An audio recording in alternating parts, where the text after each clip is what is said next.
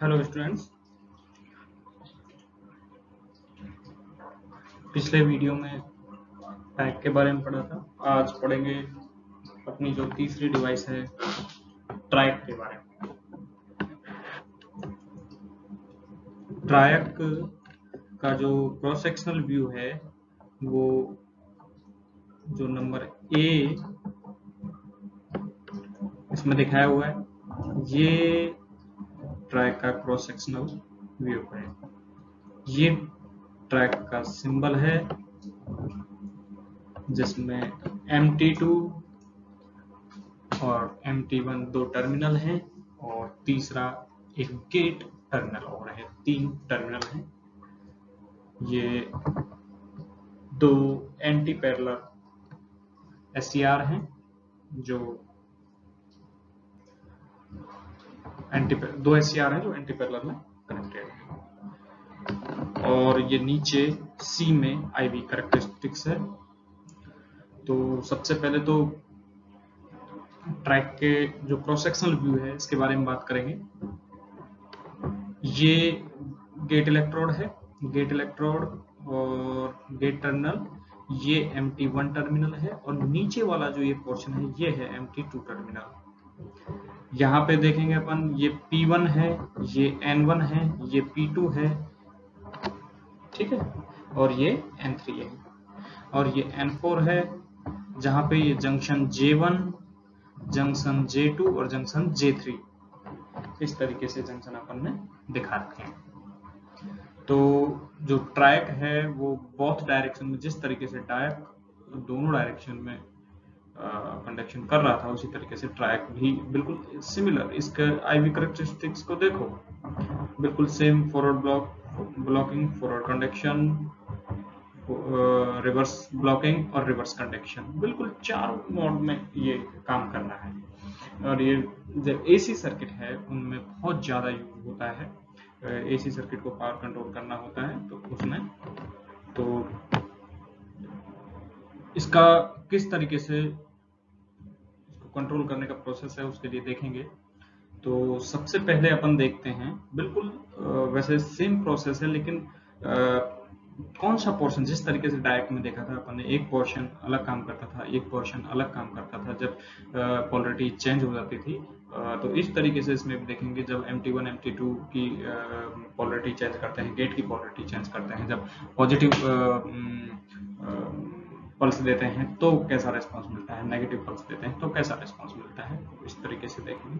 तो पहला अपन देखते हैं कि जब वहन MT2, पहला जो है इसमें पहले इसको देखते हैं, तो when MT2 is positive with respect to MT1, ये पॉजिटिव है with respect to MT1 के रेस्पेक्ट में, जंक्शन J1 J3, तो सीधी सी बात है यहाँ ये PN और फिर ये NP और ये फिर PN, तो J1 और J3 ये तो किस में आ गए, फॉरवर्ड डायरेक्शन में, और J2 किस में आ गया, रिवर्स डायरेक्शन में। अब वही बात, अब इस टेम्परेचर को अब इस MT1 MT2 के अक्रॉस जो वोल्टेज है इसको अगर मैं फॉरवर्ड डायरेक्शन में अगर बढ़ाए जाऊं, इंक्रीज करे जाऊं, तो J2 जब अगर इसका अवलेंच ब्रेकडाउन हो जाएगा तो जिसके बाद में कंडक्ट करने लगेगा। तो P1 N1 P2 N2 ये लेयर कंडक्ट करने, ये जो ट्रैक है, track start conducting through P1 N1 P2 N2 layers, ठीक है। तो जब MT1 पॉजिटिव है with respect to MT1, MT2 के रेस्पेक्ट में, MT2 तो क्या है, पॉजिटिव, और MT1 क्या है, नेगेटिव।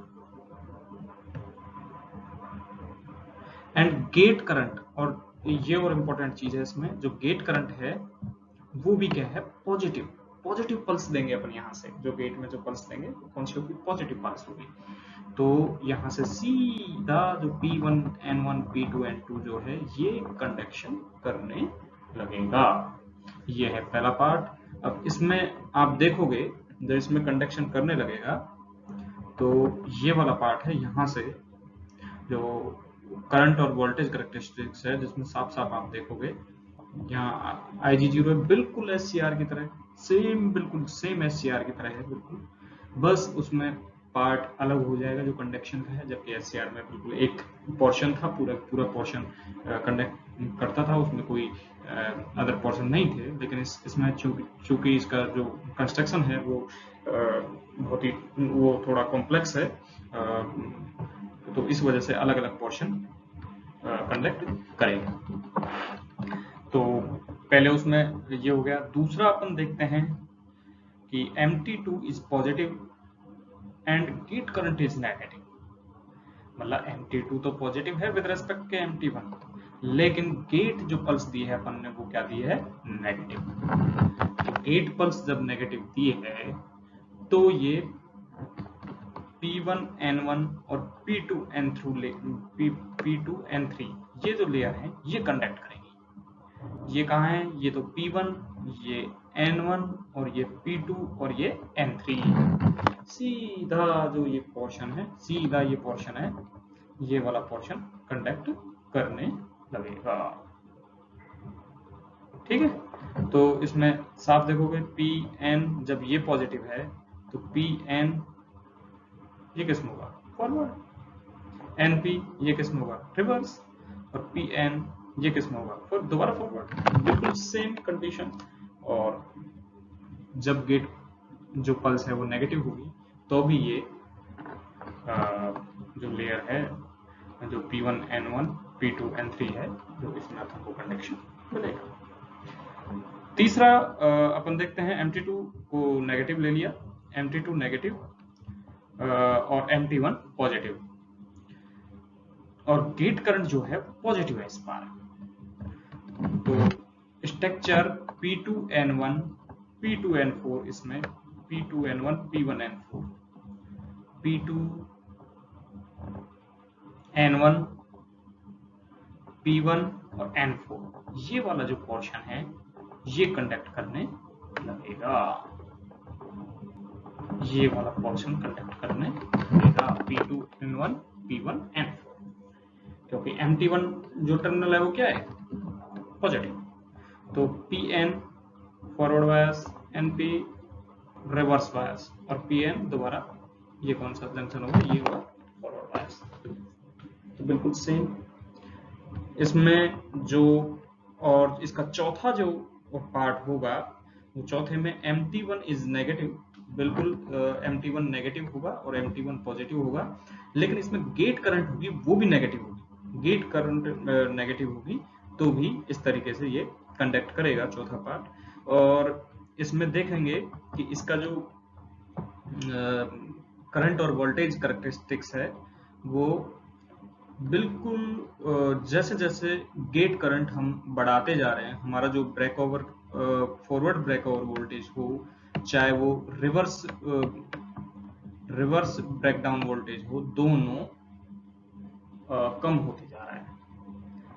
जब गेट करंट 0 है तो VBO हमें मिल रहा है, VB0, और जब गेट करंट की वैल्यू Ig1 है तो हमें VB1 मिल रहा है जिसकी वैल्यू VB0 से कम है।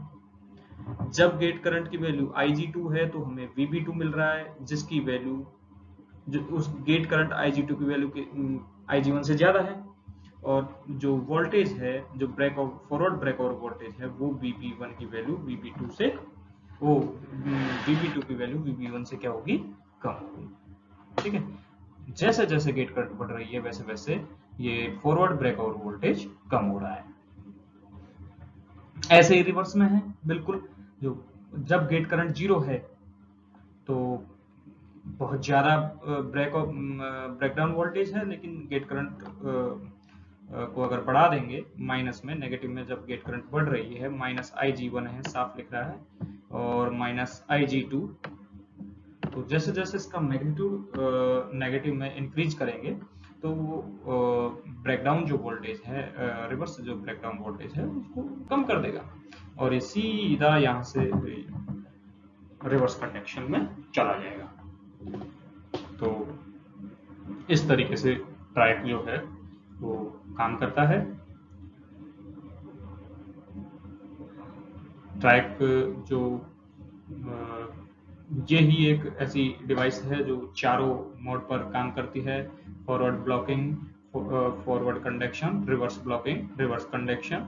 और ये एसी इसका जो एप्लीकेशन है वो फैन रेगुलेटर वगैरह में, जो एसी वोल्टेज कंट्रोलर में इसका यूज होता है, जिसमें इसका बहुत ज़्यादा इम्पोर्टेंट एप्लीकेशन है, फैन रेगुलेटर का है। तो ये एसी को कंट्रोल करने के काम आता है ट्रैक। इसको एसी स्विच भी बोला जाता है, क्योंकि ये क्योंकि चारों मोड में ऑन रहता है, इस वजह से इसको एसी स्विच भी बोला जाता है। और ये जब व्हेन इन ऑपरेशन, इसमें जैसे लिखा हुआ है, a track is equivalent to SCR connected in anti parallel. तो इस तरीके के ये सवाल ऑब्जेक्टिव में भी आ सकते हैं कि जो दो एंटी पैरेलल डायोड वो एससीआर कनेक्ट हैं, तो उसमें एक और आता है डायक और ट्रैक में क्या फर्क है। डायक में आपने देखा होगा, डायक के सिंबल में आपको गेट नहीं मिलेगा, गेट नहीं था। तो डायक और ट्रैक में सिर्फ एक ही फर्क है कि DIAC has no gate electrode, gate terminal उसमें नहीं है और इसमें गेट टर्मिनल है। तो इतना ही है। Thank you.